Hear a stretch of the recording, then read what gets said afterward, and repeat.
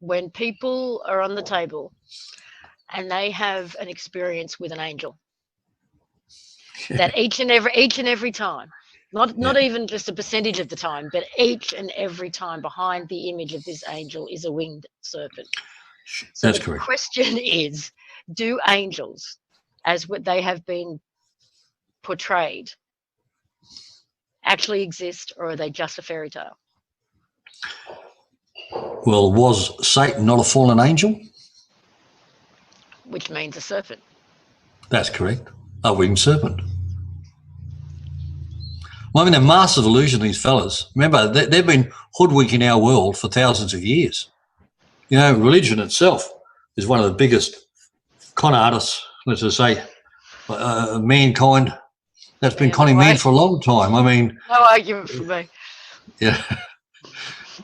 People are afraid to look outside the square because of the fear that's been drummed into them. I looked at Aboriginal communities, and as I said, my great-grandmother was taken away at the age of 8, found in horse shackles at 14, sold to a drover, and died at 15, giving birth to my grandmother. My grandmother brought up a cattle station, very well educated by the church.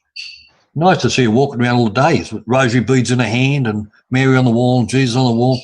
And, you know, I was aware of what was taking place with the church and the manipulation control. I go into communities today and they're telling me we was evil before Jesus came.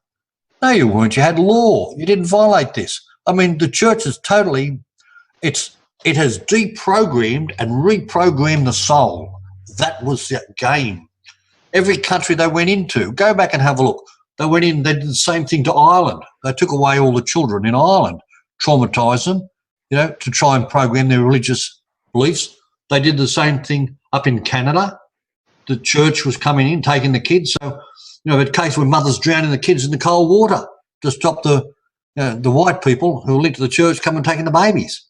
It was all about trauma right through time. And the stolen generation is the same. Yeah, it's very powerful, the programming, but it shows you how easy it is to program the soul of a being. I ask that both for others and for myself. I had an experience several years ago where an angel came to me and approached me from the front, but then very quickly was behind me and wrapped its wings around me. Certainly. And the feeling was a very beautiful feeling of one of love and protection. But yeah, now it makes you wonder. Look, let's go back in the early days. In my early days, this is one thing that really got me onto what is reality. And I used to do mind magic. I was doing a party. I put 5 people in alternate states. I threw a hat on the floor and told them it was a pot plant. Now the pot plant, the most beautiful tree you've ever seen. Watch it grow, watch it. It's growing, it's growing. The most beautiful oranges. Look at the oranges on that tree. Wow, look at that, beautiful oranges.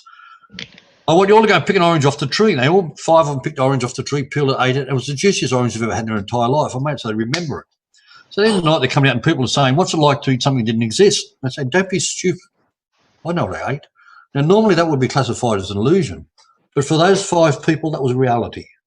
The illusion were those that weren't in reality. My question from that day onwards was, what is reality? We must understand what's going on in the mind of a being, which is their reality, to understand where it's coming from, so we can assist them to change that reality and get back to a fair and just reality. But what is reality? This is why there's so many people out there that are into, if it happened to you, it must have happened to me. So their mind is taken on the assumptions and beliefs.